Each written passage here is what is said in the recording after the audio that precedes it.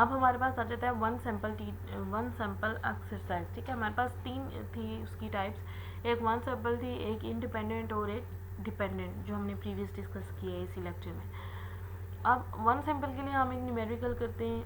Statement क्या है कि testing with the light bulb has a life of 1000 hours, ये चेक करनी है। What is the mean of our sample and what is the standard deviation for our sample of the light bulb. ठीक है, जो हमारे पास statement दी गई है वो ये दी गई है कि आपने एक जो लाइटनिंग बल्ब है उसकी लाइफ को टेस्ट करना है कि वो 1000 आवर्स है। ठीक है, अब हमारे पास सबसे पहले तो हमने हाइपोथेसिस टेस्टिंग, स्टेट हाइपोथेसिस करना है, जिसमें हमने दोनों हाइपोथेसिस नल और अल्टरनेट हमने लिखने हैं। पॉपुलेशन जो पैरामीटर है म्यू उससे रिलेटेड, तो वो क्या है, हमारे पास जो पॉपुलेशन एवरेज हमें दी गई है वो म्यू है, वो हम ये कह रहे हैं कि जो एवरेज है बल्ब की वो 1000 आवर्स है, और अल्टरनेट इसी का हम कह रहे हैं कि वो 1000 आवर्स के इक्वल नहीं है। ठीक है, दूसरा ये है कि अल्फ़ा लेवल ऑफ सिग्निफिकेंस अगर हमें गिवन हो तो हम वही यूज़ करेंगे, और अगर ना गिवन हो तो हम 0.05 यूज़ कर सकते हैं। ठीक है,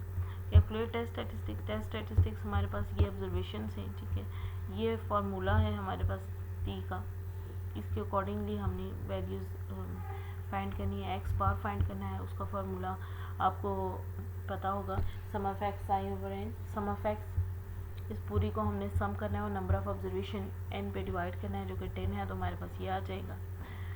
हमारे पास स्टैंडर्ड डेविएशन अगर गिवन है तो ठीक है, अदरवाइज़ हम स्टैंडर्ड डेविएशन फाइंड कर लेंगे इस डाटा से। ठीक है, और उसके अलावा हमारे पास म्यू हमारे पास 1000 गिवन है स्टेटमेंट में, और ये जो है हमारे पास आ जाएगा जो एस एक्स बार है, ये स्टैंडर्ड एरर होता है। और स्टैंडर्ड एरर क्या होता है, standard deviation over under root n. ठीक है, इसको आप सिंप्लीफाई करेंगे तो ये आ जाएगा। जब इस पूरे को फार्मूला पे पुट करेंगे तो आफ्टर सिंप्लीफिकेशन आपके पास जो आंसर आएगा वो आएगा -4.35। ठीक है, अब जो हमारे पास 4 स्टेप है उसमें क्या है, determine the critical value. Critical value हम उसमें लिखते हैं look of the table, looking for the alpha.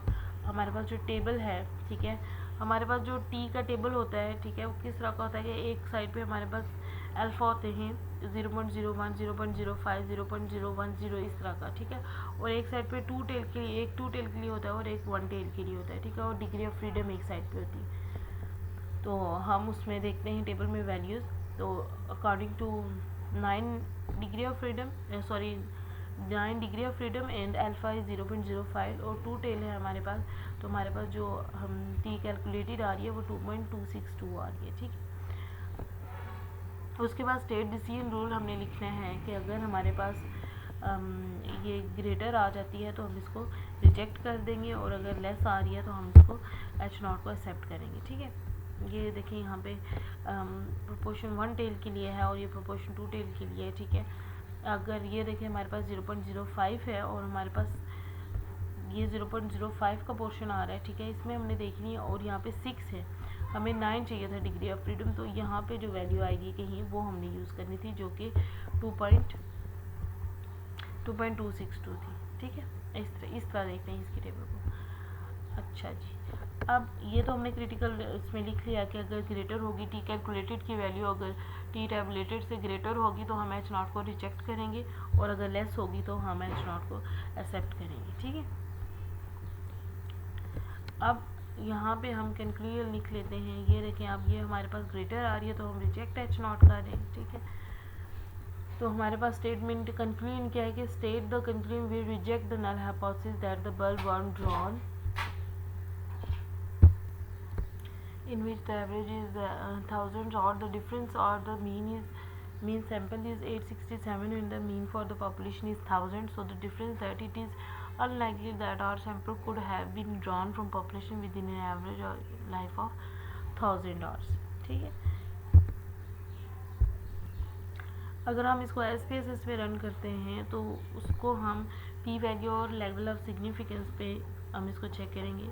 तो हम अगर पी रिज़ल्ट इसके डिस्कस करें अगर SPSS, तो उसकी ये रही आपकी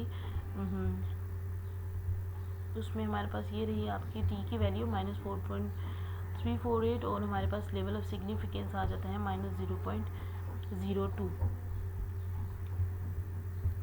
और अगर हम इसकी रिज़ल्ट को interpret according to P value and alpha करते हैं तो उसमें हमारे पास ये ये आंसर आएगा। देखिए हमारे पास जो पी वैल्यू है वो लेस है 0.05 से, तो इसके लिए हम कहेंगे कि ये सिग्निफिकेंट है। ठीक है, अब steps for comparing two groups के लिए यही वही स्टेप्स हैं, सिर्फ हमारे पास यहाँ पे ग्रुप्स इंक्रीज़ हो रहे हैं। अगर ग्रुप इंक्रीज़ नहीं हो रहे, अगर सिंगल ग्रुप है तो हमारे पास वेरिएबल इंक्रीज़ हो जाएगा, 2 हो जाएंगे, और अगर 2 वेरिएबल है तो सिंगल ग्रुप है। ठीक है, वही हाइपोथेसिस है।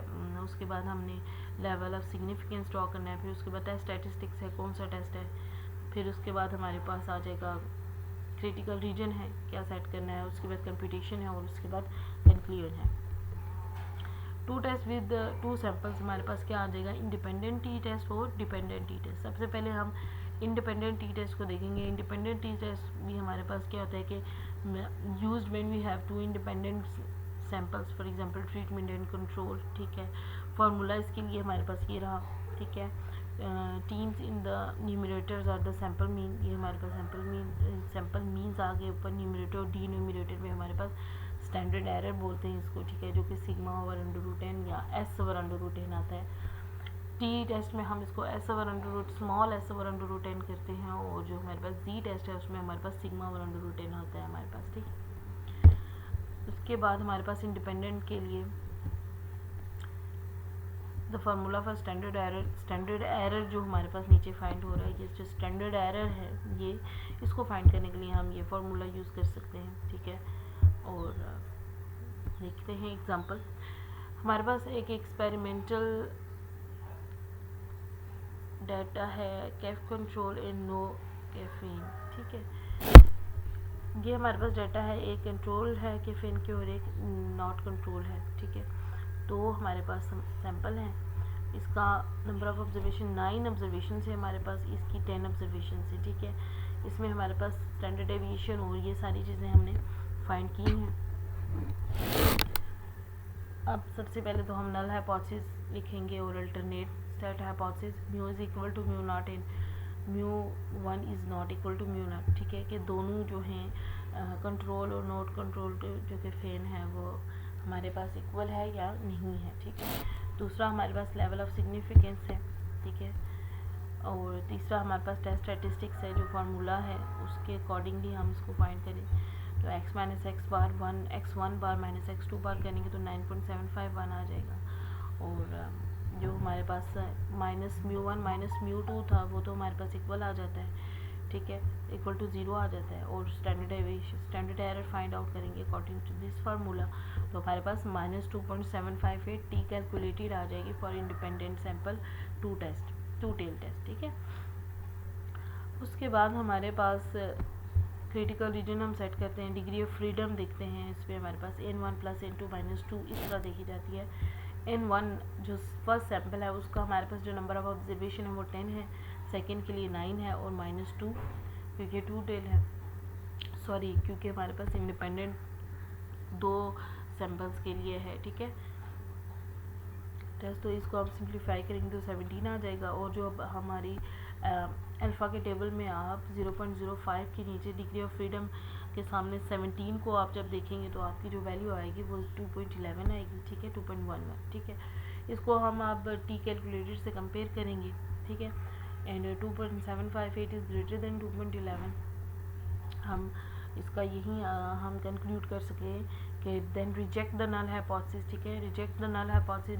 नल हाइपोथेसिस क्या है हमारे पास कि हम इस चीज़ को रिजेक्ट करें तो ये हमारे पास क्या है कि हमारे पास जो दोनों ग्रुप से कैफीन और नो कैफीन के वो इक्वल हैं, ये चीज़ रिजेक्ट हो रही है और एक्सेप्ट क्या हो रही है कि ये नॉट इक्वल है। ठीक है, the population mean are different, कि हमारे पास जो पॉपुलेशन मीन है वो डिफरेंट है। Caffeine has a effect on the motor pursuit task, कि जो हमारे पास नल हाइपोथेसिस था हम कह रहे हैं कि दोनों जो हमारे पास मीन थे वो इक्वल हैं, इनका कोई इफेक्ट नहीं है। लेकिन जो हमारे पास अल्टरनेट था हम कह रहे थे कि जो दोनों मीन हैं वो डिफरेंट हैं और ये इफेक्ट है।